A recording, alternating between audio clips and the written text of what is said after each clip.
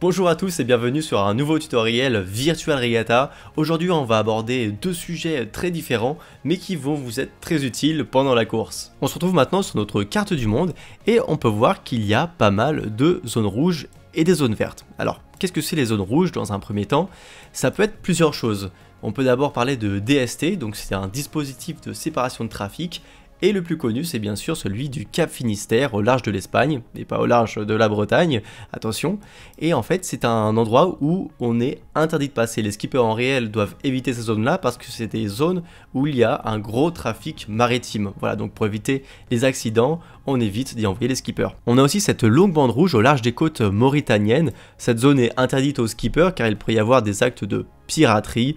Heureusement, pour les skippers virtuels, je pense qu'on est plutôt à l'abri. Et au sud, on a une grande zone rouge, c'est ce qu'on appelle la ZEA, la zone d'exclusion antarctique. Les skippers n'ont pas le droit d'y aller car ils pourraient rencontrer des icebergs. Évidemment, c'est pas le cas en virtuel, mais si jamais vous rentrez dedans avec vos petits bateaux virtuels, vous risquez d'être très fortement ralenti. Donc voilà, donc c'est jamais un bon plan de pénétrer dans cette zone-là. On revient maintenant sur l'Atlantique et on remarque qu'il y a deux grandes zones vertes. Ce sont des ZPB, des zones de protection de la biodiversité. Évidemment, sur la course virtuelle, on n'a pas cet impact sur la biodiversité, mais c'est quand même plus drôle de jouer avec les mêmes contraintes que les skippers en réel. Maintenant que cela est dit, je veux revenir sur notre bateau et aborder un point qu'on n'a toujours pas évoqué jusque là, c'est-à-dire le changement de voile. Pour faire ce changement de voile, j'ai un petit bouton à gauche où il est écrit code 0, c'est le nom de ma voile actuelle, et je vois que ce bouton il clignote en rouge.